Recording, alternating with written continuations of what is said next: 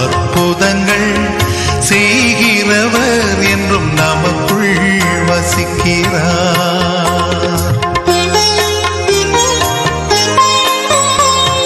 தண்ணீரை இரத்தமாய் மாற்றினார் அதிசயம்.